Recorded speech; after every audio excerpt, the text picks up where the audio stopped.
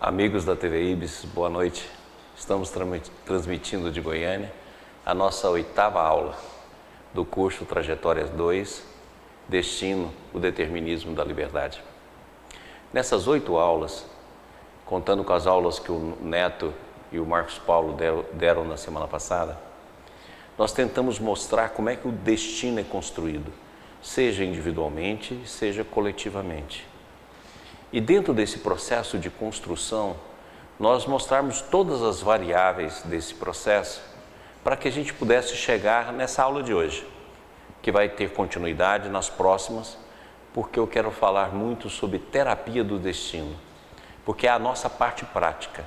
Assim como no primeiro curso, a parte prática foi montar os nossos ciclos e descobrir os ciclos da nossa vida, fazendo um estudo nosso, da nossa família, e ao mesmo tempo determinando como a nossa vida vai se desenvolvendo através do tempo. Esse curso, o principal objetivo dele é transmitir essa terapia do destino. Poxa, como eu posso montar, como eu posso tratar, como eu posso desenvolver o destino que eu tenho a partir de todos os conteúdos que eu trago no passado. E como eu faço para descobrir esses conteúdos em mim? Então hoje nós vamos iniciar esse assunto, esse assunto vai dominar as nossas próximas aulas, até que a gente tenha um método prático para que a gente possa aplicar, seja num grupo, seja individualmente. Aqui no IBS, através de um grupo que nós formamos, o Grupo Mães e Ferina, sob a direção do Neto e da Marisa, nós estamos implantando várias metodologias e entre elas nós estamos implantando a terapia do destino, para que a gente possa trabalhar com todos aqueles que participam do IBS e possamos ensinar a maneira correta de desenvolvê-lo. Então esse é o nosso esforço de hoje. Mas antes disso, vamos lá para os nossos recados de sempre, né? Lembrando, o nosso congresso tem no dia 7 e 8 de junho, lá em Uberlândia. Quem ainda não foi lá no site, por favor, está na hora de ir, está na hora de buscar e espero que a gente possa se encontrar lá no dia 7 e 8 de junho, está próximo, agora mais ainda, né? Está faltando um mês e pouquinho, mas está aí, dia 7 e 8 de junho. Depois do nosso congresso Pietro Baldi, nós nos encontramos em junho lá e no dia 23 e 24 de agosto nós nos encontramos lá em Vitória com o congresso Pietro Baldi. Né? E o tema é maravilhoso, que o tema é o Cristo. Próximo.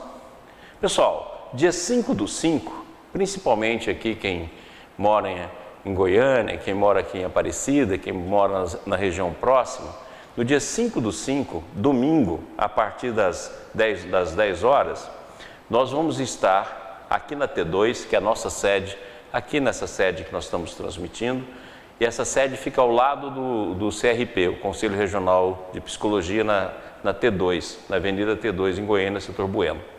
Nós vamos estar realizando o Bazar Anjo Torto, que é um bazar todo beneficente.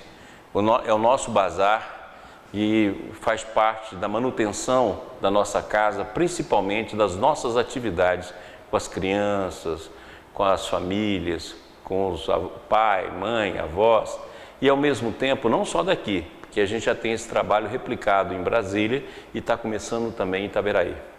Então venha participar, porque é uma maneira de você nos ajudar. Inclusive o material que o Bazar arrecada é uma campanha que as meninas, principalmente as meninas aqui do grupo, fazem no sentido de montar e a gente levantar os recursos que nos possibilite desenvolver os nossos projetos assistenciais e sociais. Então, está aqui, ó, nós já temos até manequim, imagina, já está aqui conosco e temos mais de 3.000 peças, certo? Não esqueça, dia 5/5, domingo, a partir das 10 horas.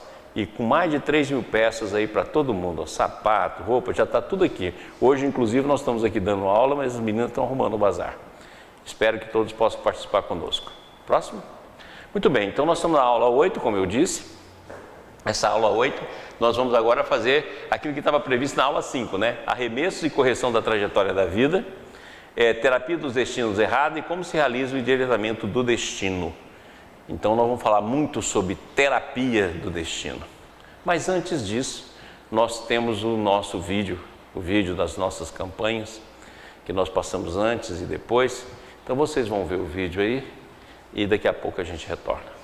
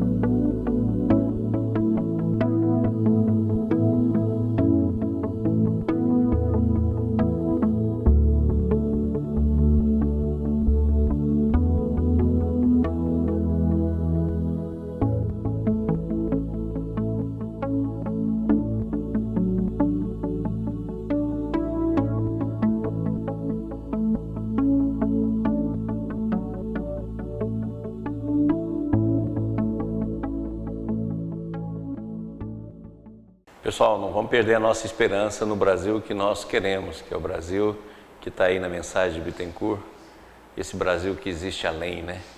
E que do qual parte todos os raios para as funções que nós juntos, como sociedade, desempenhamos, certo? Muito bem. Então, na sexta aula, eu falei a respeito dos impulsos e falei sobre o arremesso. Então, a primeira coisa que a gente tem de olhar com muito carinho no destino é o arremesso, porque ele que vai gerar a trajetória. Mudar a trajetória depois é muito difícil, mas cuidar do arremesso nas suas duas fases, lembra que são duas fases? Vontade, sentimento e pensamento, primeira fase. E depois nós temos palavra, ato e hábito, que é a segunda fase da trajetória. Então, pelo menos, se a gente cuidar na primeira fase, para que a gente não faça lançamentos inadequados, então nós já podemos fazer uma prevenção em relação ao nosso futuro, seja na presente vida, seja na vida que vem. Mas, ao mesmo tempo, nós temos que prestar atenção nesse arremesso. Enquanto nós vamos assimilando os arremessos anteriores, e vai vir na forma da dor, a correção da lei, porque a lei quer nos ensinar, como diz o Balde, a função é nos educar. Então nós vamos assimilando aqui, ao mesmo tempo tentando mudar o que é possível mudar e oferecendo um novo caminho para a nossa alma nas encarnações futuras. Então o arremesso é o elemento principal. Então, se nós queremos fazer uma terapia, se queremos entender do nosso destino, o arremesso é o elemento principal. E nós falamos muito sobre ele na aula 6. Aqui nós vamos só repetir um pouquinho para que todo mundo se lembre. Então vamos lá. O arremesso, ele é fundamental. Essa trajetória tem o seu percurso estabelecido pelos impulsos que a lançaram. Então, não lance impulsos que você não queira na tua vida. Não lance impulsos, sejam mentais, sejam na palavra, seja no ato e muito mais no hábito, do que você não quer na tua existência. Isso é fundamental, isso é primordial, para que a gente possa começar a construir de maneira racional, inteligente, o nosso futuro. Porque uma vida se liga à outra, uma vida vai se ligando à outra. Se eu sei disso, eu posso começar a trabalhar. De hoje em diante, eu não lanço trajetórias que eu não quero que aconteça na minha vida. Para isso, eu não vou pensar, eu não vou falar, eu não vou fazer. Se eu não conseguir pensar, eu não falo. Se eu não conseguir não falar, eu não faço. Deve ser a dinâmica da nossa existência para que a gente evite lançar trajetórias, porque depois nós vamos ficar presos a elas. Lembra que a personalidade é feita de forças, e as forças que nós habituamos a lançar através da vontade, sentimento e pensamento dentro do campo da vida. Nós precisamos prestar atenção. Então, toda vez que você for lançar uma trajetória, medite sobre ela. Toda vez que você for iniciar um processo novo, medite sobre ela. E veja se você está sendo condicionada. Veja se você tem um condicionamento do hábito que já está na esteira do teu passado, para que você possa lutar contra antes de agir, a fim de que assim você evite os problemas futuros. Então o arremesso é fundamental. Depois disso, nós vimos que o impulso, ele pode ser traduzido, assim como acontece dentro da física, em força versus intervalo de tempo. Esse impulso, então, está dentro dessa mesma estrutura que a física descobriu para as outras feições, para as outras ações do nosso mundo. E nós vimos também que esse impulso, essa força em relação a nós, significa vontade, sentimento e pensamento, palavra, ação e hábito. E vimos que o ΔT representa a nossa evolução. Depois disso, nós vimos como é que uma trajetória é formada. Então, 50% dessa trajetória está na vontade, sentimento e pensamento. Então, lembra que quando você tem vontade, pensa e sente, você já está agindo. Porque você está agindo no campo. Você está oferecendo elementos para o campo, para que o campo haja. Então, de alguma forma, você é coautor. Coautor 100%, 90%, 70%, 80%, 50%, 40%, 30%, 10%, mas você participa da coautoria dos atos que você pensa, sente e emite. Muito bem, mas você não vai querer fazer a segunda parte, porque a segunda parte, o estrago é muito maior. Por quê? Porque na segunda parte você tem a palavra, a ação e o hábito. Essa aqui então é a pior de todas, porque você vai repetir sem ver e vai ficar preso no condicionamento. Então toma cuidado no lançamento da trajetória. Esse é o primeiro elemento a ser visto na nossa terapia de destino. O que você está lançando, o que você está emitindo, o que você está escolhendo, para que você não fique preso a essa trajetória. Próximo. E nós vimos também que a origem do impulso deu origem ao movimento. Através do campo da queda, nós geramos um impulso que gerou o movimento. E o movimento está aí também representado, a quantidade de movimento, numa equação também que serve muito bem para o campo da consciência. Próximo. E nós vimos que esse arremesso começou lá no sistema e ele foi se tornando todo negativo até o ponto máximo, então ele já existe dentro de nós. Então nós temos que ter uma vigilância muito maior. Por isso que a gente viu lá no Pai Nosso, né? Livrai-me do mal, né? Livrai-nos da tentação, porque ela já está dentro de nós, ela já subsiste dentro de nós como impulso primordial que gerou toda a queda. E é dele que a gente tem que desconfiar e fugir. Próximo. Vimos que a partir do sistema, que é o bem absoluto, nós fizemos uma trajetória e agora o reverso dessa trajetória se chama evolução. Próximo.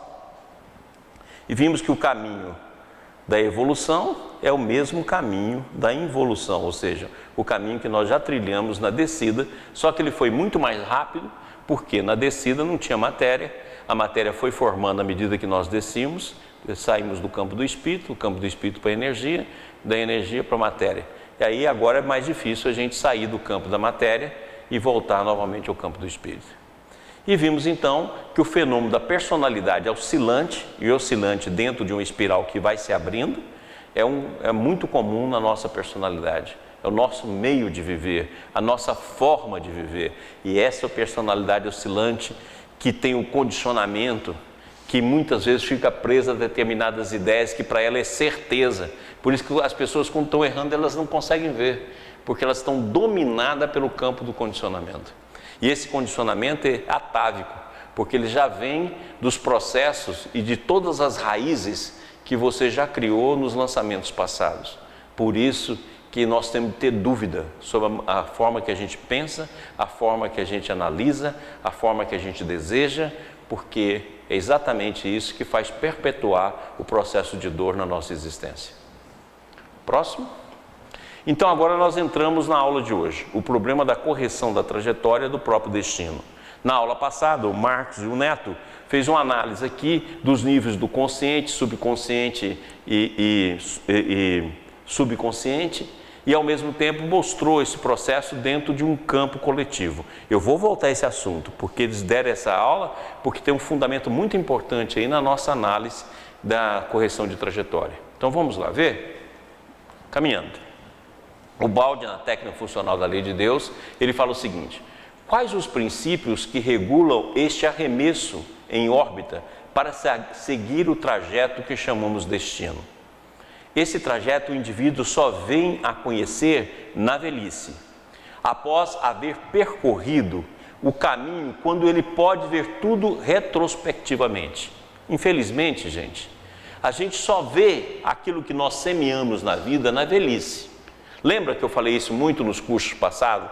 Que eu falo assim, quando a gente nasce, a gente olha para o umbigo.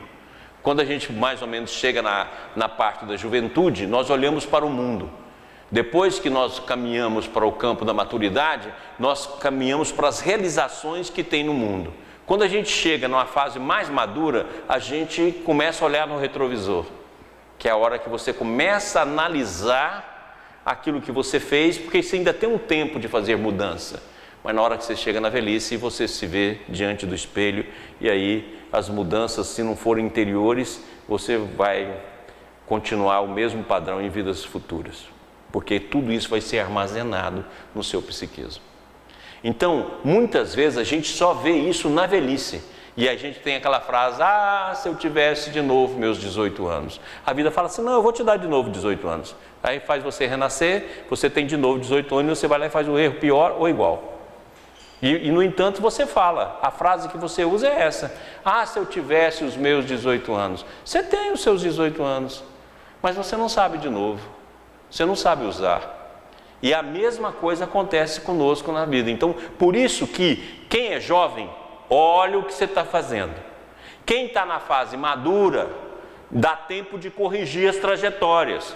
Vai depender de muito esforço, mas tem como corrigir. E quem está na velhice, dá tempo ainda de semear alguma coisa e modificar o mundo interior, para entrar melhor na vida futura, assim como você muitas vezes entrou em condições precárias na vida presente. Dá para mudar, sempre dá para mudar. Então essa é a tentativa de todos os nossos esforços do conhecimento, trazendo a visão que o Baldi recebeu, para que a gente possa trabalhar de maneira adequada o nosso destino.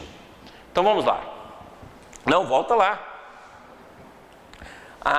Na velhice, após haver percorrido o caminho, quando ele pode ver tudo retrospectivamente. Assim, ignorando ainda jovem, ele o segue por instinto, movido por seus impulsos, agindo sem consciência do que faz. Estamos numa fase determinística. Por que ele age sob impulso? Porque como está isso lá no subconsciente dele? É as raízes da nossa árvore, que nós já mostramos aqui. Está lembrado da árvore? Então, as raízes da nossa árvore. Ele acha que aquilo é normal, ele vai dar continuidade. Por isso que o destino é determinismo. Por quê? Porque se abdica da liberdade de modificar aquilo, como esses impulsos já são tremendamente conhecidos no seu psiquismo, e você acha que está certo e continua estando certo, você vai aplicá-los novamente. E quando você faz isso, vai você repetir o passado, gerar mais dor, se afivelar aos problemas do erro, necessitar novamente da correção da lei, e vem os sofrimentos agora e em vidas futuras. E assim é uma maneira também de ajudar os nossos filhos. A verdadeira educação deveria ser essa: começar a estudar os nossos filhos pelos impulsos que eles possuem, para que a gente possa ajudá-los a corrigir esse impulso. Muitas vezes, hoje em dia nós estamos voltados só para o comportamento. Nós queremos que nossos filhos tenham sucesso, que eles estudem e vão corrigindo aqui ou ali o comportamento. Não, gente. A verdadeira educação é olhar o destino. Já pensou se nas nossas escolas, e esse é um sonho que eu tenho, nós vamos fazer isso no IBS, já pensou se nas nossas escolas, todo aluno que chegasse, a gente estudasse o destino dele dentro de uma planilha, que começasse pelo ciclo, e à medida que a gente fosse conhecendo a criança, em vez da gente estar apenas moldando um comportamento que ele vai burlar pelo campo da astúcia, a gente estudar os impulsos que ele possui, a fim de que a gente possa educá-lo para a modificação do seu destino? Essa é a verdadeira escola.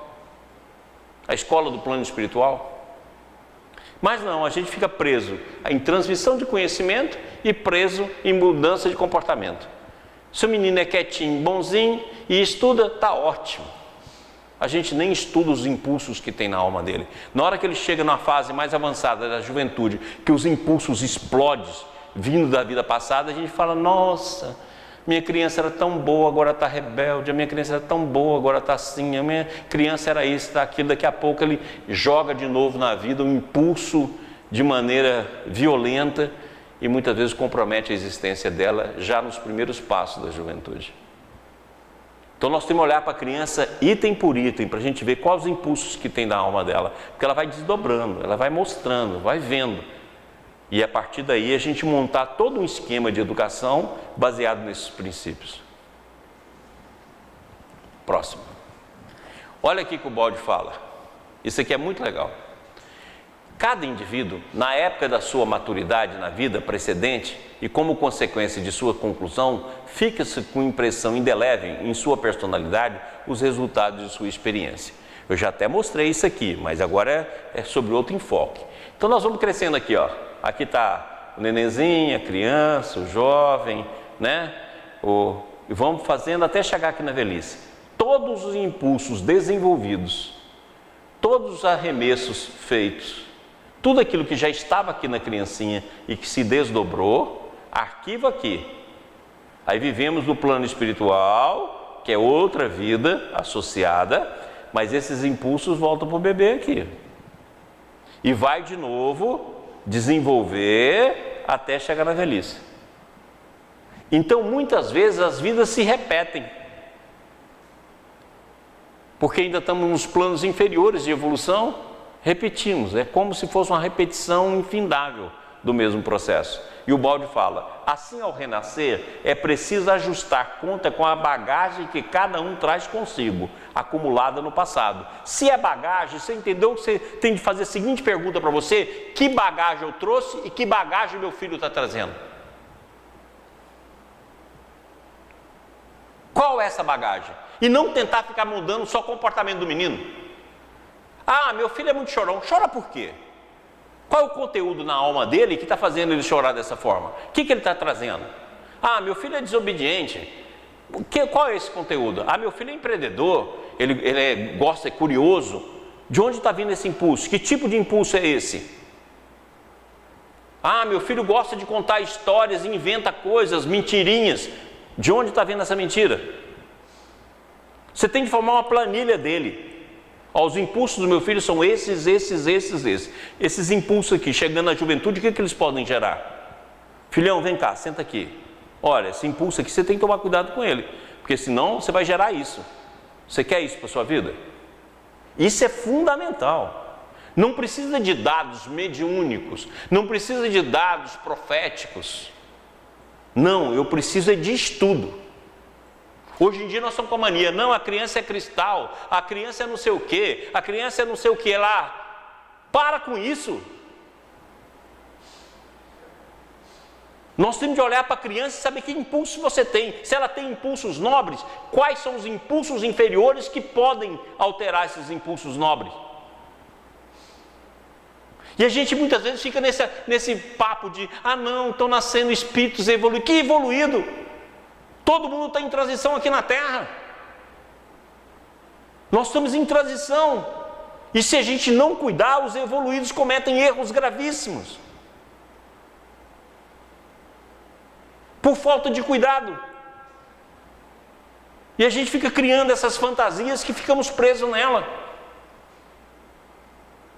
E ficamos ligados nela. E não estudamos os nossos filhos com o olhar que a gente tem de estudar, com a severidade que tem de ter.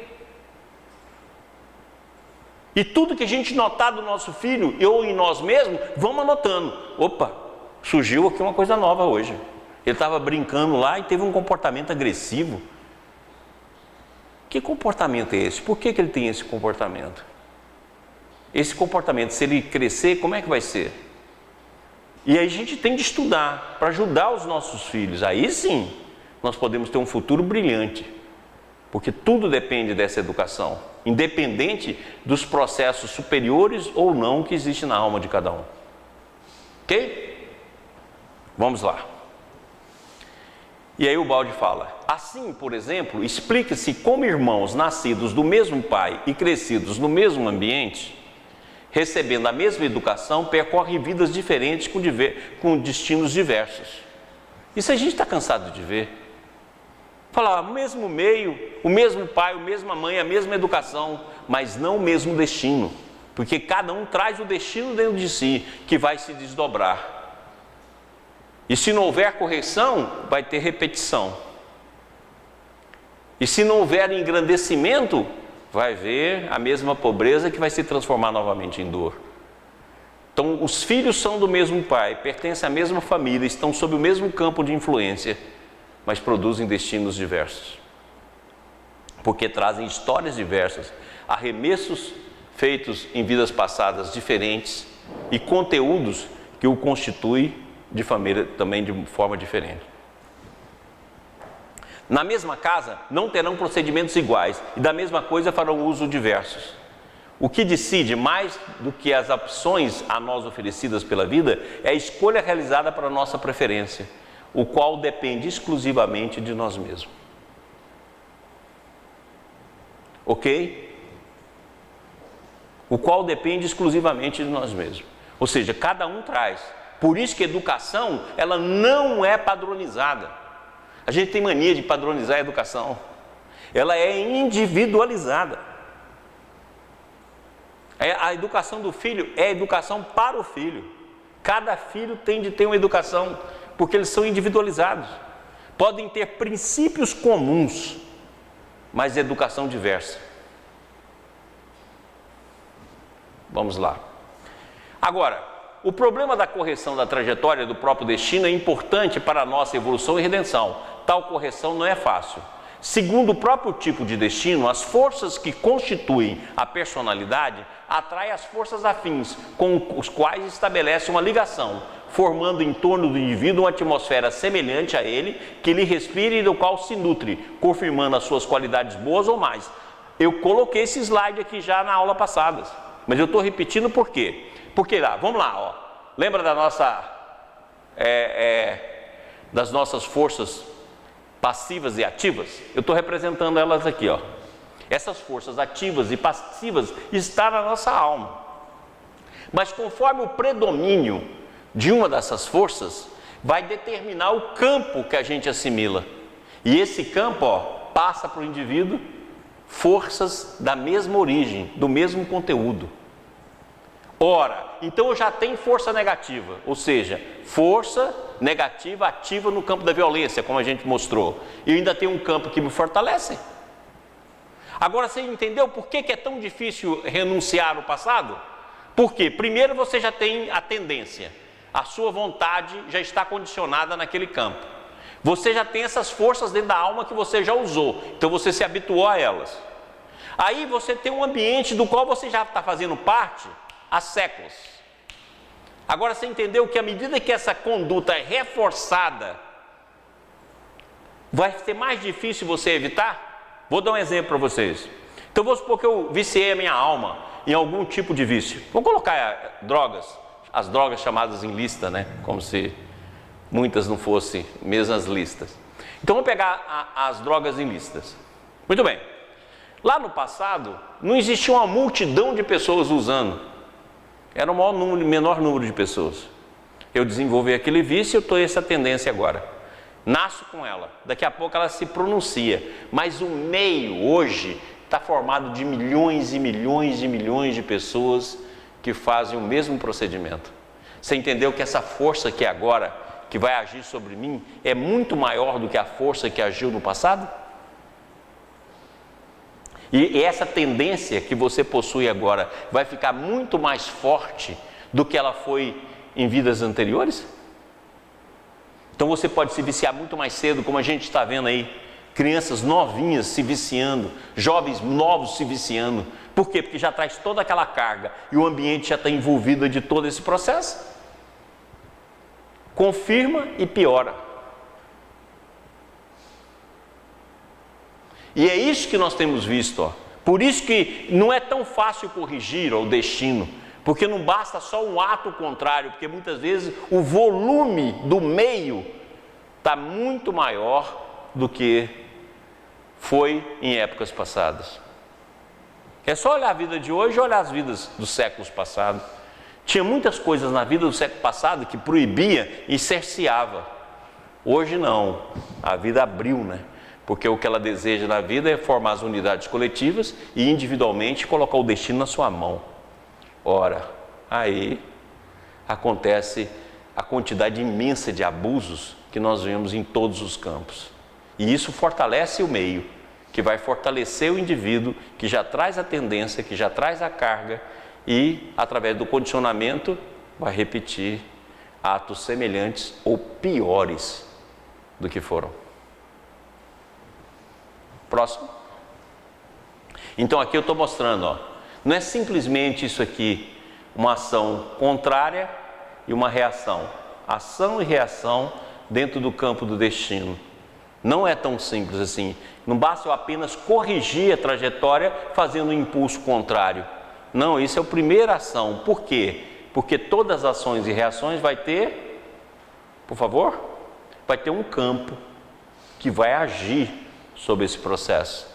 Por isso que eu coloquei aqui o campo, desculpe aí para quem não estiver vendo direito, mas está vendo aí pelo slide que o campo está aqui representado, ó, e vai exercer influência nas ações e reações dessa força.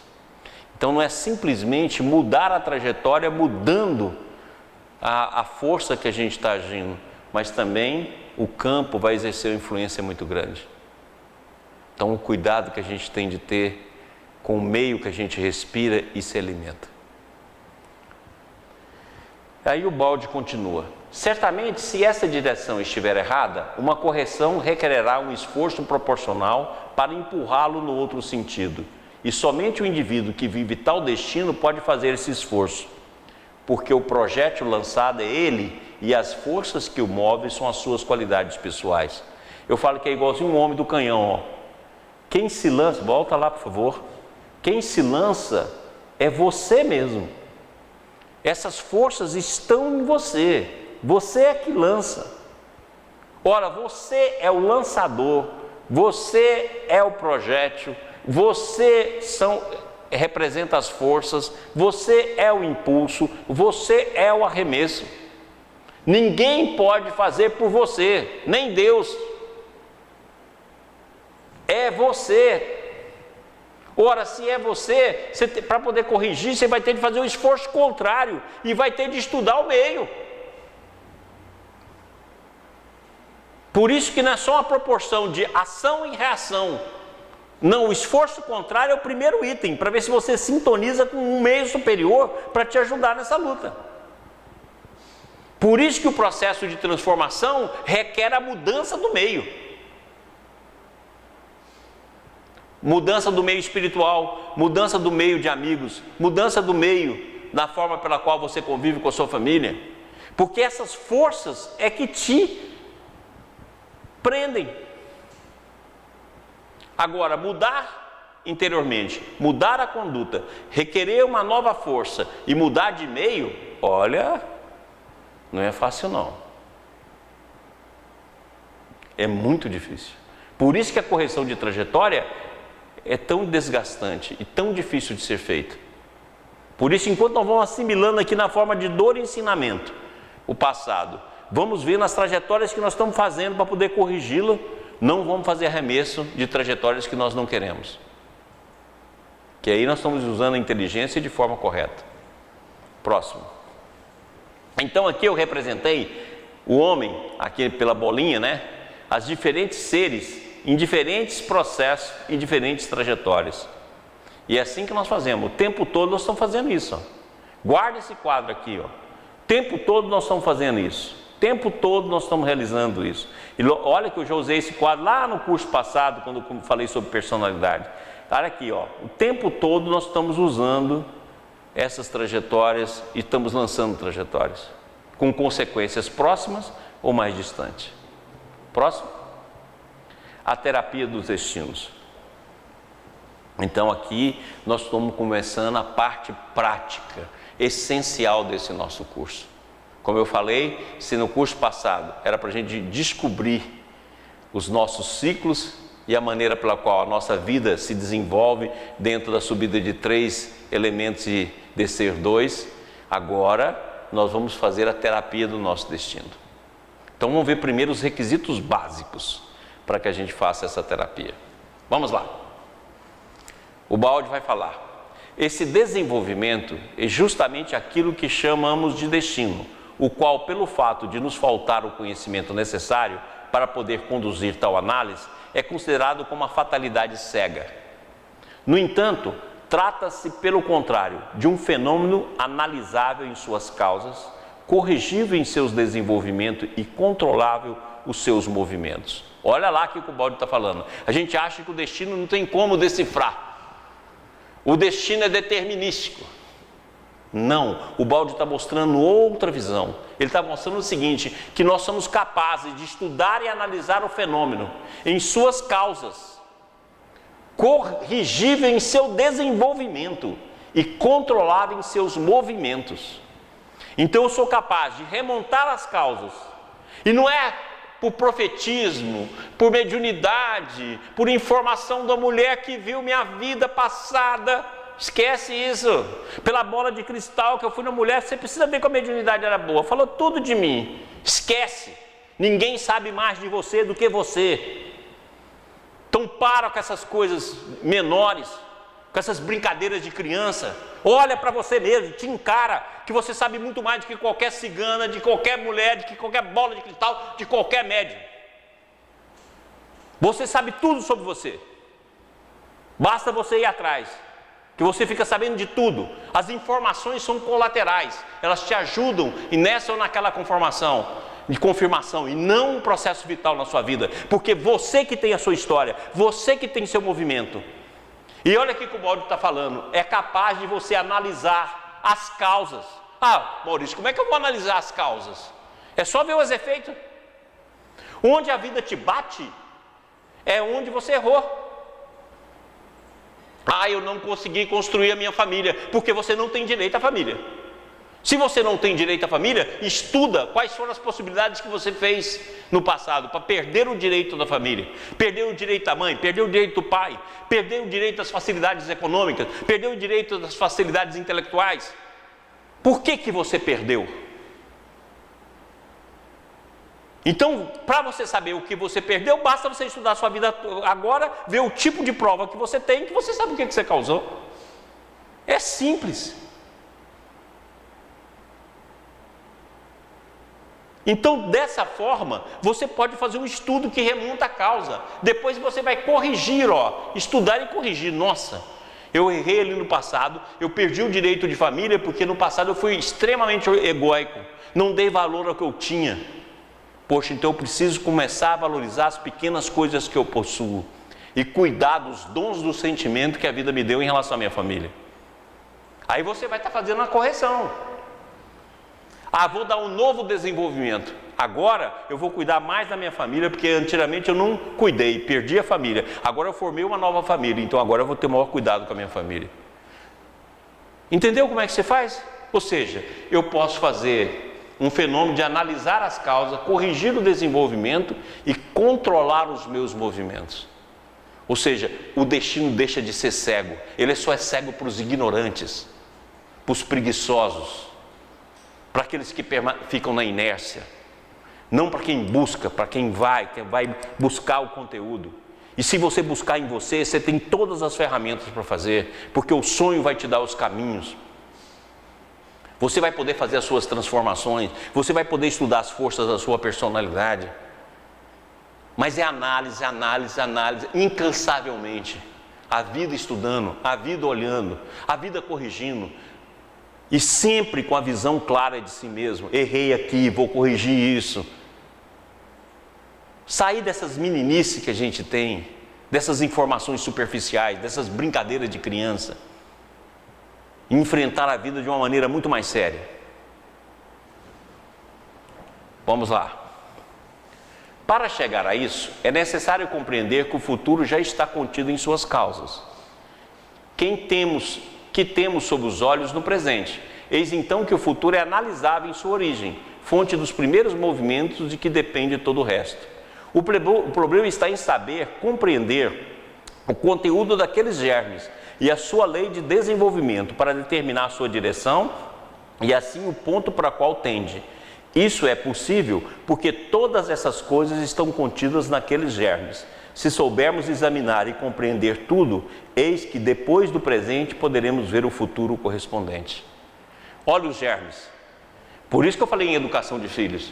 Quais são os germes que estruturam a personalidade do nosso filho? Que ele já traz e que está lançando. Quais foram os germes que estruturou a minha personalidade e que eu estou dando encaminhamento dela e desenvolvimento do meu destino com esses germes? Quais são os germes que tem na minha alma? Quais são?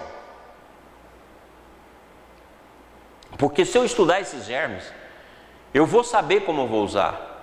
Nós já estudamos aqui os defeitos primordiais, que são aquele que vem da queda, do processo original do negativo. Bom, eu me apoio dele, agora eu vou ver em cada defeito primordial qual o defeito que eu tenho e o germe que eu possuo. E em qual ato que eu já fiz na vida com cada um desses defeitos. É um estudo profundo, gente.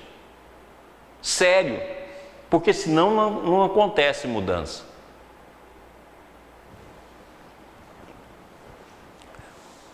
O problema está em saber compreender o conteúdo daquele germe e a sua lei de desenvolvimento para determinar a direção e assim o ponto para o qual tende. Isso é possível porque todas essas coisas estão contidas naquele germe. Se soubermos examinar e compreender tudo, eis que depois do presente poderemos ver o futuro correspondente. Ou seja, através de cada germe eu posso prever o futuro.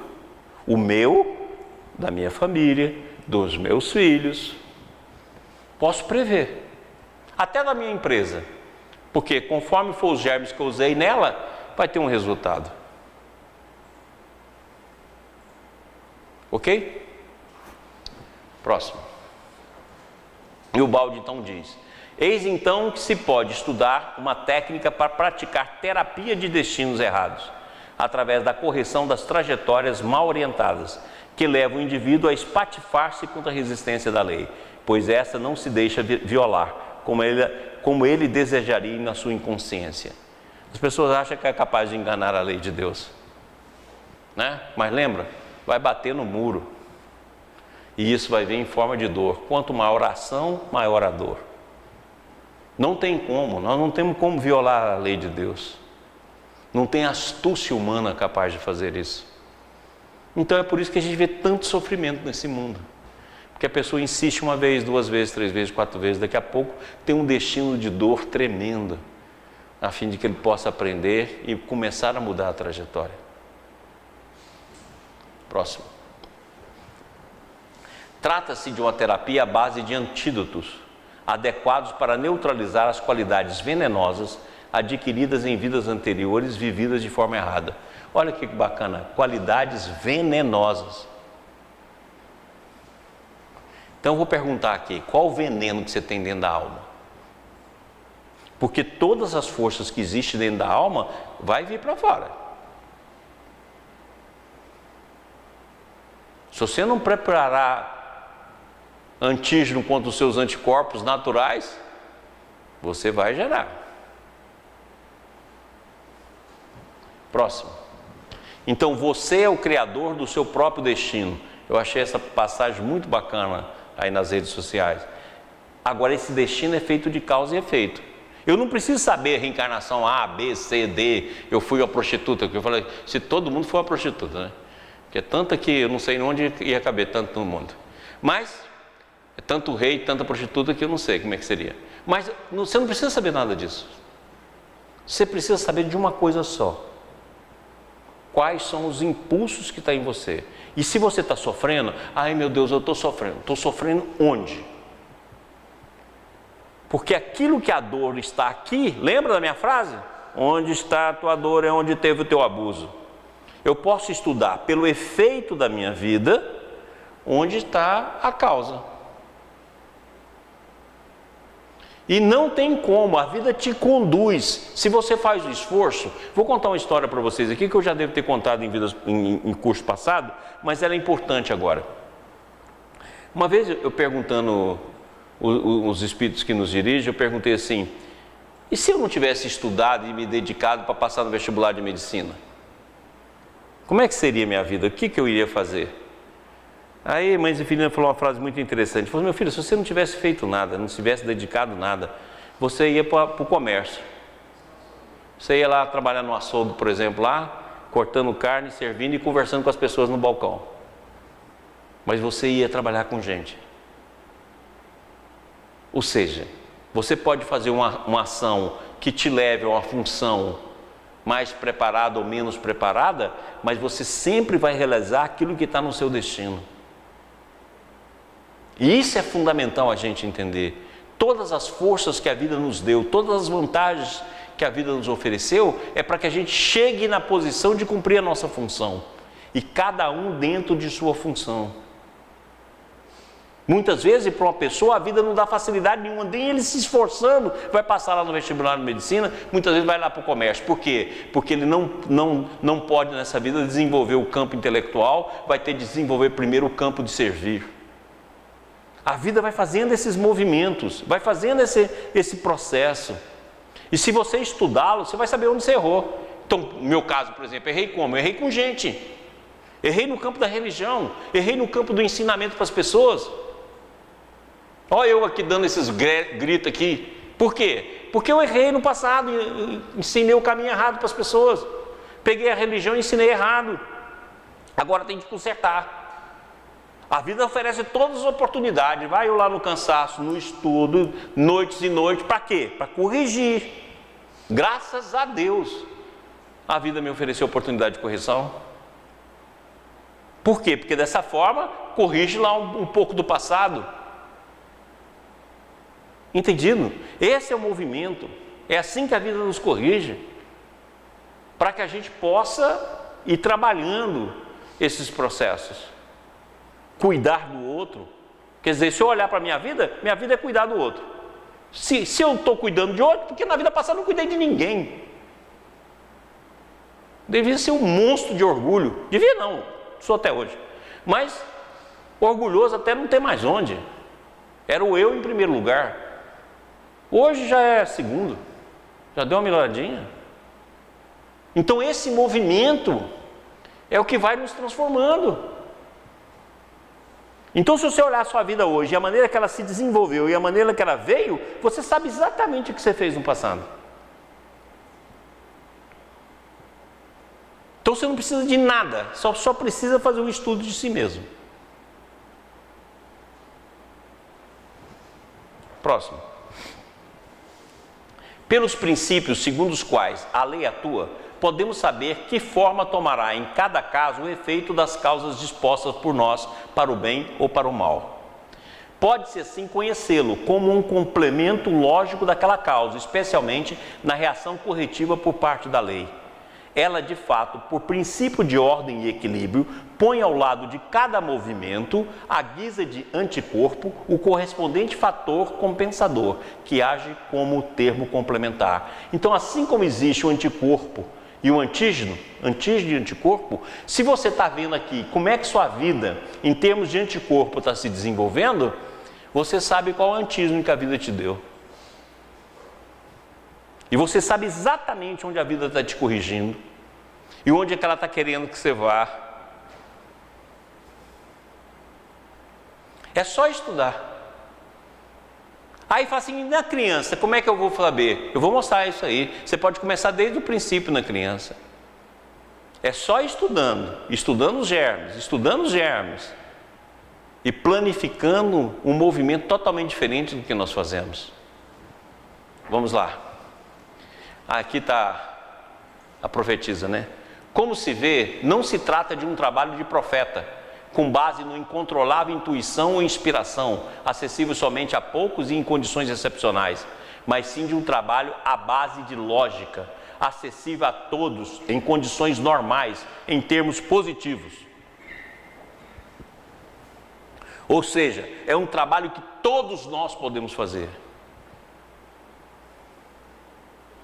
Não é privilégio, não é desenvolvimento, não é evolução, é vontade. E todos nós podemos fazer. Próximo. O desenvolvimento de um destino representa simplesmente a realização atual do que já estava potencialmente contido na personalidade ao nascer. Então isso eu tenho que começar lá no nascimento.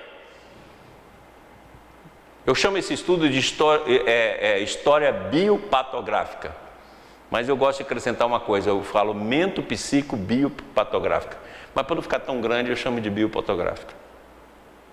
Você pegar desde a gravidez e vir te estudando. Lembra que nós falamos isso na hora que nós fomos estudar os ciclos?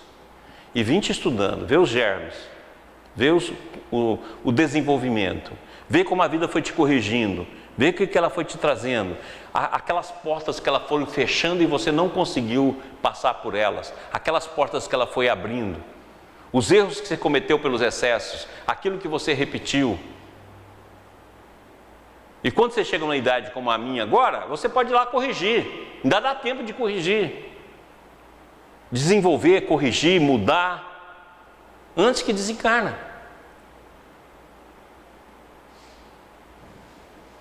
Próximo. Se em vez de considerarmos os acontecimentos de nossa vida como momentos divididos e isolados um do outro, passarmos a vê-los como trechos unidos ao longo de um mesmo fio condutor que os liga num desenvolvimento lógico comum, aparecerá para nós uma outra vida a longo prazo, no qual se torna visível, além dos pormenores do momento, as grandes linhas do nosso destino. Então eu pego aqui uma linha, ó, e olha aqui, olha, esse tipo de ação é muito comum em mim, então eu posso ter vivido ela em várias vidas. Aí sabe o que você faz? Se você quer descobrir, olha os séculos passados e estuda. Tem muito livro de história que eu gosto muito, por exemplo, comportamento, a vida romana. Você vai lá e estuda a vida romana para você ver. Aí você vai ver determinados hábitos que o romano tem, que você tem até hoje. Então eu gosto de estudar grupos humanos. Tá? A vida dos religiosos no século da Idade Média. Eu pego lá, até hoje eu tenho determinados hábitos que os religiosos tinham naquela época. Está aqui, ó, eu vejo, está aqui. Na hora que eu estudo lá, eu falo, nossa, isso aqui eu tenho. Entendido? Esses hábitos você pode ver, sem saber onde você foi, qual foi a personalidade que você foi, não tem problema, basta ver os impulsos, porque é ele que te escraviza. Você pode estudar, como é que era a vida dos bárbaros? Vai lá estudar que você tem comportamento bárbaro até hoje. Determinadas regiões, aquelas regiões que te toca, que te mexe, que você vai assim e fala, nossa, algo existe aqui dentro da minha alma. Muito bem. Agora presta atenção nisso aqui, porque nós vamos usar isso aqui demais. Eu acrescentei algumas coisas, mas nós vamos usar demais. Além dele, temos também um destino econômico e social, que depende da posição e do ambiente em que nascemos. Um destino pode-se dizer clínico, que marca com antecedência a nossa predisposição a esta ou aquela doença, conforme o organismo físico que recebemos dos nossos pais. E por fim, acima de todos, um destino no qual poderíamos chamar psicológico e espiritual, que revela a verdadeira personalidade e o poder do eu, mais ou menos dono de si mesmo, reagindo contra as condições impostas pelos outros destinos inferiores. Ora, então eu posso pegar meu destino e dividir ele, para facilitar o estudo. Aí o Balde fala aí, ó, o destino econômico-social, fala do destino clínico e fala do destino psicológico e espiritual, que é o maior de todos. Então vou ter destino superior e inferior. Então olha bem o que nós fizemos aqui, ó. Nós criamos a base para o nosso estudo. Tipos de destino. Aqui está o psicológico e espiritual, o mais importante. Certo? Depois dele, o econômico e social. Depois dele, o destino clínico. E aqui nós acrescentamos o destino afetivo ou o destino interpessoal. Esses são os principais tipos de destinos. Então, na hora que nós vamos estudar assim. Como é que é a minha visão espiritual? Ah, não, eu sou um conservador. Eu sou ainda um homem que usa astúcia na crença. Hoje em dia está cheio disso. Ó, vem aqui para a minha igreja que você vai ter sucesso. Vem aqui para a minha igreja que nós vamos ganhar carro, nós vamos ganhar casa, vamos ganhar trabalho. Que fé é essa? Que crença é essa? É a crença do homem tipo 2, que está na astúcia. E que quer sucesso e que quer vantagem.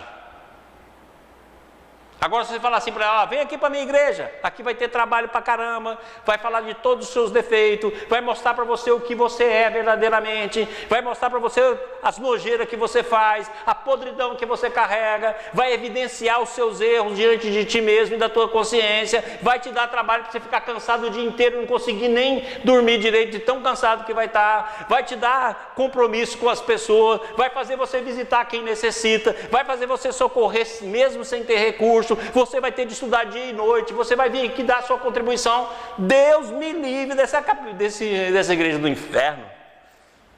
Não tem vantagem. Qual a vantagem que eu tenho? Nenhuma. Essa eu não quero não. Eu quero uma que me dê esperança de ganhos. Certo? Essas são as igrejas que tem no mundo. E ainda tem a igreja do tipo 1, né? Do homem ainda na base do instinto, que é da força. Vamos disseminar, vamos conquistar, vamos criar um califado. Exército do Senhor.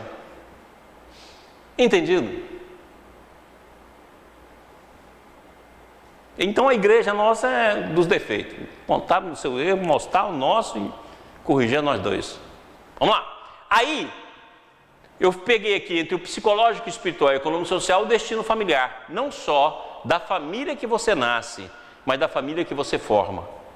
Depois dela, o destino profissional, ele é fundamental. Porque aqui está uma das principais funções que a vida te deu na vida, seja qual for. Toda profissão é uma ficha, com o mesmo peso. Pode ser o que for. Olha, a minha profissão é limpeza pública. Em a minha profissão eu sou um médico infectologista. 2 fichas. Mesmo peso. Ou seja, da vida o que importa é a função. Aí, depois nós temos o destino intelectual. Eu coloco isso aí porque a facilidade. Quantas pessoas que têm uma facilidade imensa de receber conhecimento? Aquilo que eu já falei para vocês, na minha vida, o destino intelectual ele é livre, ele é 360 graus. Tudo chega em mim com uma facilidade extrema no campo do conhecimento. Eu só tenho de ter o esforço de estudar muito. Mas em outras partes a vida não dá moleza para mim não. É ali na rédea curta. Então, o destino intelectual. Depois disso, nós temos o destino, eu coloquei aqui, que é um dos estudos nossos, da série reencarnatória. Então, conforme eu estou numa reencarnação síntese, estou na reencarnação supersíntese, estou na reencarnação preparatória, esses destinos aqui, ó, terão outras qualidades. Então, também estudar o tipo reencarnatório, onde eu me situo, é muito importante. E como é que eu faço isso? Pelas características da vida. Então, aqui, ó, nós vamos usar esse quadro para valer, para a gente poder desenvolver a maneira de estudar e qualificar o nosso destino. Bora? Agora, eu tenho de qualificar isso, aí entra a aula dos meninos da aula passada. Eu tenho de qualificar isso dentro de um tipo humano que eu sou. Então essa qualificação de destino depende também de eu estudar o tipo humano que eu sou. Então olha aqui, ó. Assim, conforme sua natureza, o indivíduo traz consigo já estruturado o seu destino, não como uma fatalidade cega e injusta, mas sim uma lógica e justa consequência das causas semeadas e das qualidades impressas no eu em suas vidas precedentes. A maioria vive cega a respeito de tais problemas, mas eles são fundamentais para quem queira viver dirigindo-se com inteligência. Então, para conhecer qual tipo de destino que lhe pertence, é necessário, antes de tudo, saber a que nível evolutivo o indivíduo pertence. Então, qual é a primeira coisa que eu vou estudar? Os lançamentos. Qual a segunda coisa que eu vou estudar? O tipo de personalidade que cada indivíduo tem. Qual é a terceira coisa? O tipo de destino. Deu para entender? Primeiro eu tenho de classificar o cara. O cara é do tipo 1, tipo 2 ou tipo 3? Predomina nele o subconsciente, o consciente ou superconsciente? Essa é a primeira definição. Ao inferior, instinto do subconsciente, ao médio, racional do consciente, ao superior, iluminado. É isso aqui que eu tenho de fazer, ó. Trata-se de 3 níveis biológicos, em cada um dos quais a vida é regida por leis diferentes. Por quê? Porque conforme ele estiver, é lei diferente. Tem pessoa que no nível 2 ele vai poder fazer determinada coisa e a reação da lei vai ser menor. Agora, se você que está no nível 3 fizer alguma coisa, a reação vai ser muito maior. Porque as leis do seu nível evolutivo é diferente. Então vamos lá. Aí está aqui o primeiro tipo. Lembra da aula passada, hein? Que deram muito bem isso aí. Não, calma, não mandei fazer ainda. O primeiro tipo, depois o segundo tipo e o terceiro tipo. O primeiro tipo está preso ao subconsciente. O segundo tipo está preso ao consciente. E o terceiro tipo está preso ao superconsciente. Então vamos ver a característica? E são as características principais que o balde deu. Vamos lá. Quando aparecem apenas os impulsos elementares, instintivos, como a simpatia, o ódio, o medo do perigo ou a atração sexual, trata-se de produto do nível inferior, pertencente ao subconsciente. Ou seja, o subconsciente é fome e amor. Então, você está preso na fome, está preso no sexo, está preso no dinheiro, está preso na posse, está preso nas coisas biológicas da vida, você está no subconsciente. E aí, qual a outra característica? Quem vive nesse plano não conhece mais do que isso, resolvendo assim o problema da sua vida. Nem interessa conhecer. Para ele não existe. E terceiro, qual a terceira característica? O instinto do evoluído é reduzir tudo dentro dos limites de sua forma mental. O que não cabe dentro da sua cabeça passa despercebido, como se fosse inexistente para ele. Então, você falar de espiritualidade, falar de visões interiores, falar de campo de consciências é besteira. Porque ele quer o imediato e as ações imediatas da vida. Aí vem para o segundo tipo. Qual o segundo tipo? O tipo da consciência. Quando o homem começa a pensar, observar, fazer pergunta e procurar resposta, deduzindo e controlando, então ele atinge o nível médio do consciente, no qual ele procura resolver os problemas da vida racionalmente. Ou seja, então começa pela pergunta, o porquê. Então, na hora que você começa a fazer esses porquê, você começa a sair um pouco dos instintos e indo para o campo médio da vida. Qual a outra característica? Assim, um homem do tipo 2 poderá ser sincero e virtuoso, mas sobretudo por calcular uma vantagem para si. Tem de ter uma vantagem. Então, a crença dele é uma crença que dá vantagem para ele. Então, se eu não tiver vantagem, ele pode ser até virtuoso, mas desde que ele tenha vantagens. Porque é um homem que tem como princípio a astúcia. E terceiro, isso aqui é o mais importante, gente, ó. O tipo médio aterroriza-se com a condenação do mundo e procurará na sua conduta a aprovação do mundo, coisa para ele muito importante. Essa é a primeira pergunta que eu falo para a pessoa. A opinião alheia para você é como? Isso define o homem do tipo 2. Nossa, eu sofro demais com a opinião alheia. Nossa, eu faço tudo para poder ver a minha imagem bem construída. É tipo 2, tranquilo, já definiu. Então você aí que se importa com a opinião alheia, importa com a opinião do mundo, tipo 2. E o terceiro?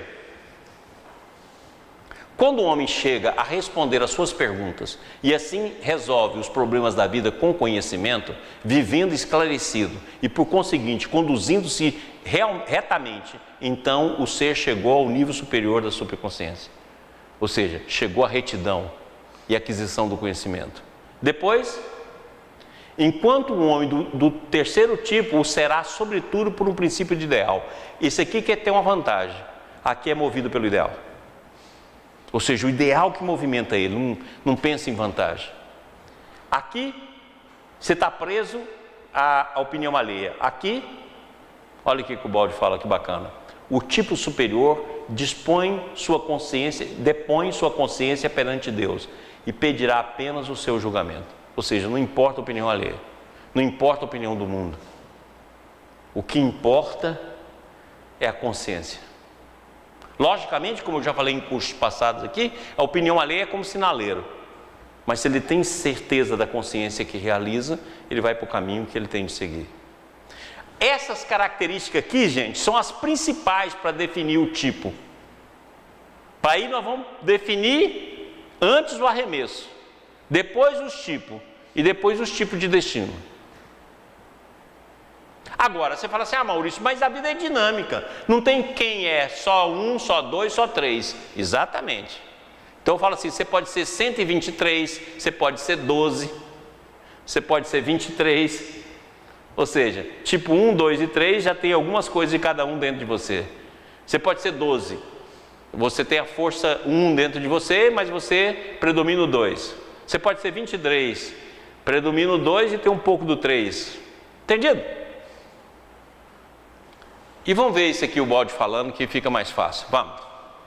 Assim, com a sua conduta, cada um revelará a que plano pertence, dando a conhecer a sua natureza e o seu grau de evolução. Então temos de estudar a conduta. Isso é fundamental. Depois disso, pode ocorrer que o indivíduo não viva somente num dado nível biológico, sujeito ao relativo tipo de destino, mas se encontre numa fase de transição de um nível para outro, do qual luta para se concretizar impulsos provenientes tanto dos planos inferiores como superiores. Olha o nosso caso aí, essa luta de dois mundos dentro da gente, muitas vezes até muito mais mundos dentro da gente. A prevalência de um ou de outro depende da medida em que o passado foi superado. Lembremos-nos de que se trata de um fenômeno de evolução, o que representa um contínuo transformismo. Então você pode ter aqui, eu sou um homem 2, mas sou 12. Predomina muito ainda vida, sexo, fome, força dentro de mim e predomina mais o tipo 2, a astúcia, a vantagem. Não, olha, eu sou um tipo 32, eu tenho característica do 3, mas o 2 que me domina. Não, eu tenho a característica 123, característica do andar 1, está aqui em mim na afeição do sexo, por exemplo. A característica do 2 na astúcia, e a característica do 3 eu comecei a desenvolver o ideal, mas predomina em mim o tipo 2. Deu para entender, gente? E aí, estudando cada porção dessa, que a gente vai falar, seu destino está constituído assim, então você toma cuidado. Próximo. É preciso então, para estabelecer qual será o destino do indivíduo, conhecer o tipo biológico que prevalece nele. Que eu acabei de falar. Pois o mais poderoso vencerá a luta. Para prever então qual será o destino de um homem é necessário, antes de tudo, saber em que medida a sua personalidade contém as características de cada um dos 3 níveis. Está aqui, você vai estudar cada nível e saber qual que predomina.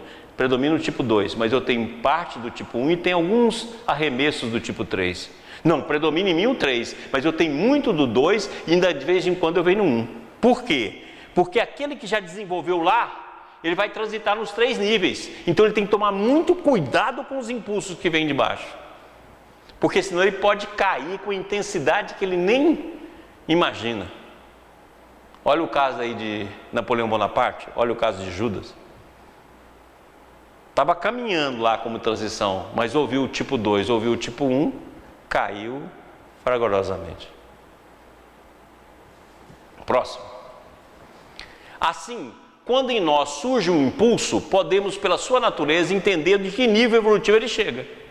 Então, na hora que você tiver as suas tentações, você fala assim, esse impulso está vindo lá do subconsciente, tem que tomar cuidado com ele.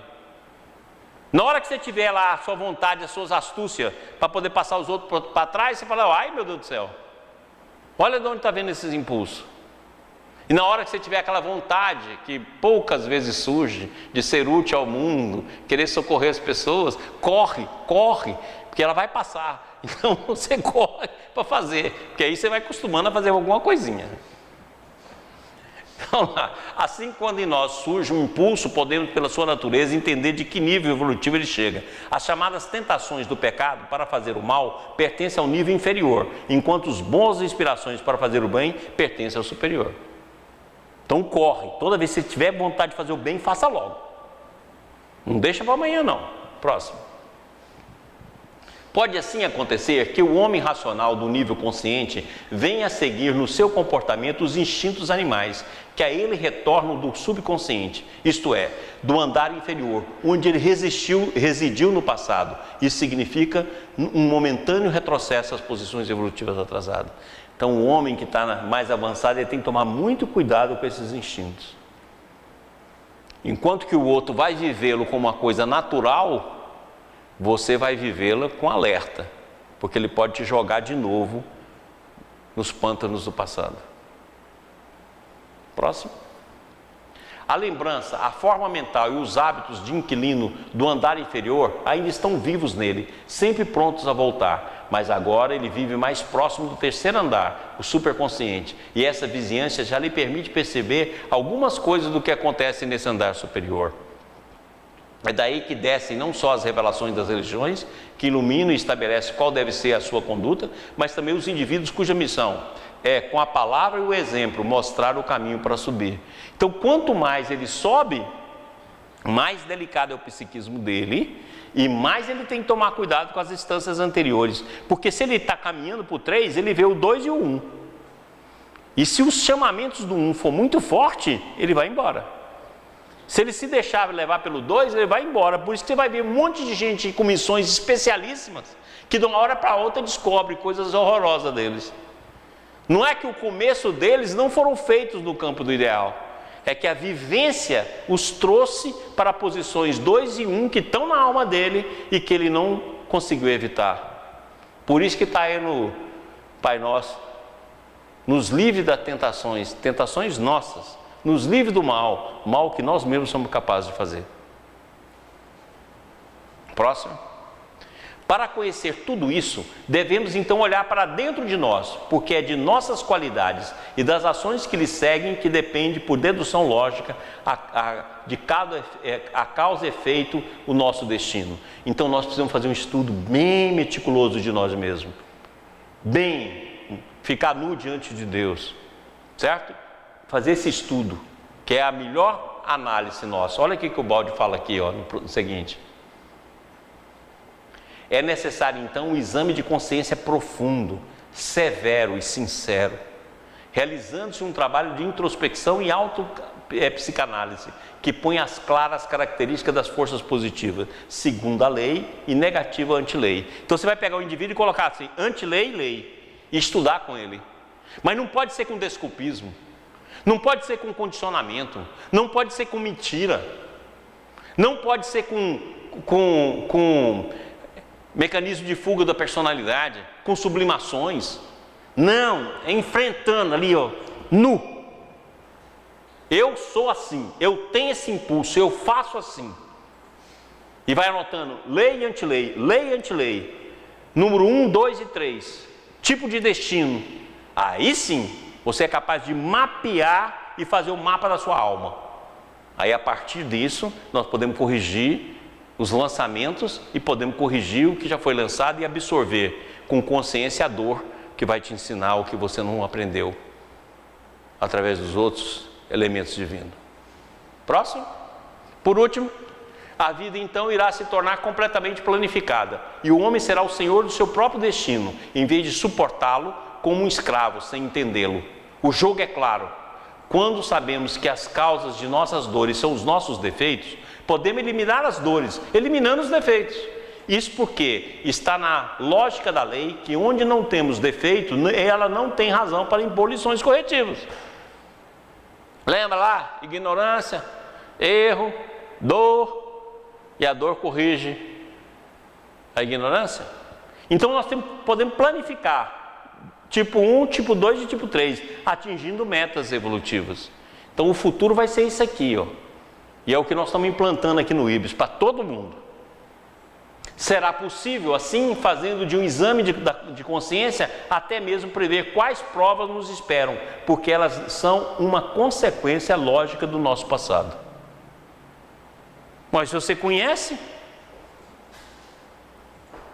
é a consequência lógica. Muito bem, gente. Desculpa que eu alonguei bem, mas o assunto é fundamental e as próximas aulas vão ficar muito batendo nisso aí. Vou repetir muito desses slides até a gente aprender a fazer a análise do nosso destino a partir de um estudo interior, sincero, para que você defina as forças que tem em ti. Boa noite, amigos da TV Ibis. Entrando agora na segunda parte das participações, Maurício. Temos uma quantidade boa de perguntas aqui. Ok. A Andréia Awar, ela faz duas perguntas que estão relacionadas, né?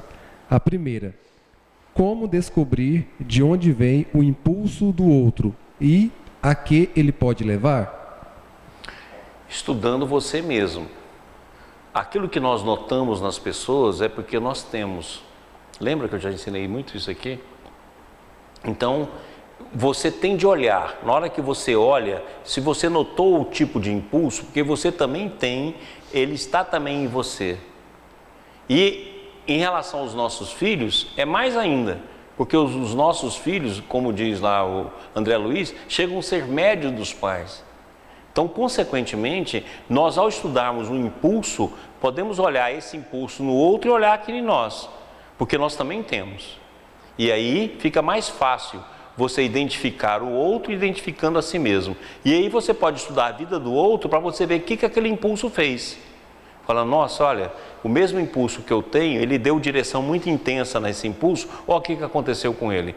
Olha, então a experiência dele vai me servir, porque esse impulso meu é da mesma natureza ou pior do que ele. Então é assim que nós, estudando as pessoas, é que nós vamos também estudando a nós mesmos. E aí nós podemos auxiliar mais e ao mesmo tempo prevenir melhor as trajetórias nossas. Você mencionou aí a respeito dos filhos, né? Meio que adivinhou a segunda pergunta dela, que ela disse assim: quando eu vejo um impulso que pode ser prejudicial nas minhas filhas, eu aviso, converso e mostro o que pode acontecer. Mas se eu não sou ouvida, o que fazer? Esperar que elas batam a cabeça contra o muro da lei? Não tenha dúvida. Você vai fazer esse papel que você tem de fazer, ou seja, vem cá, meu filho, vou mostrar para você o que pode acontecer. E você não precisa só você falar, não. Você vai falar, você vai dar livro, você vai dar filme, você vai mostrar a experiência de pessoa, vai levar ela para conhecer uma pessoa que passou por experiência semelhante, para que ela tenha todas as informações necessárias. Depois de estudar com ela, ó, se você continuar nessa trajetória vai acontecer isso, isso, isso. Deixa. Aí, não, mas não quero. Aí tá lá, Emmanuel fala no livro O Consolador. Na hora que chegar à idade adulta, a pessoa recusa de qualquer ação, aí a vida vai trabalhar ela. Aí o que você vai ser? Não vai ser aquela pessoa que quando ela sentir lá que ela errou, voltar de você e falar, eu não falei, eu não disse. Fala, vem cá, dá o colinho, dá o amor, dá o carinho. Fala, agora vamos fazer a trajetória em outra direção. Mas é assim, a gente tem que contar com a força da vida. E muitas vezes os filhos nossos vão bater de feio na lei. Vai bater no muro. Aí você vai ter que ter paciência para esperar a reação para que você possa socorrer. Outra pergunta parecida com essa é da Priscila Cantuária. Como mãe, eu posso provocar impulsos nos meus filhos só para descobrir quais são e poder trabalhá-los?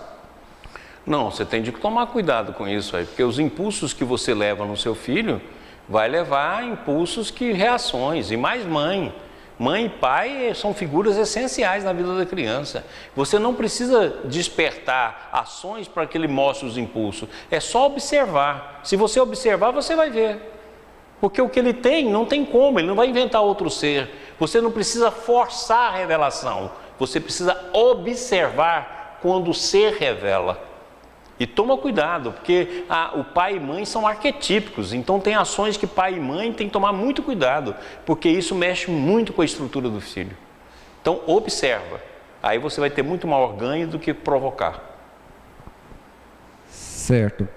Pergunta agora da Sheila Bragança, do Espírito Santo. Doutor Maurício, qual a gênese do desejo e qual o papel da insaciabilidade do desejo nas nossas vidas? Um grande abraço. Ô Sheilinha, Meu anjo, olha aqui, o desejo nasce da felicidade.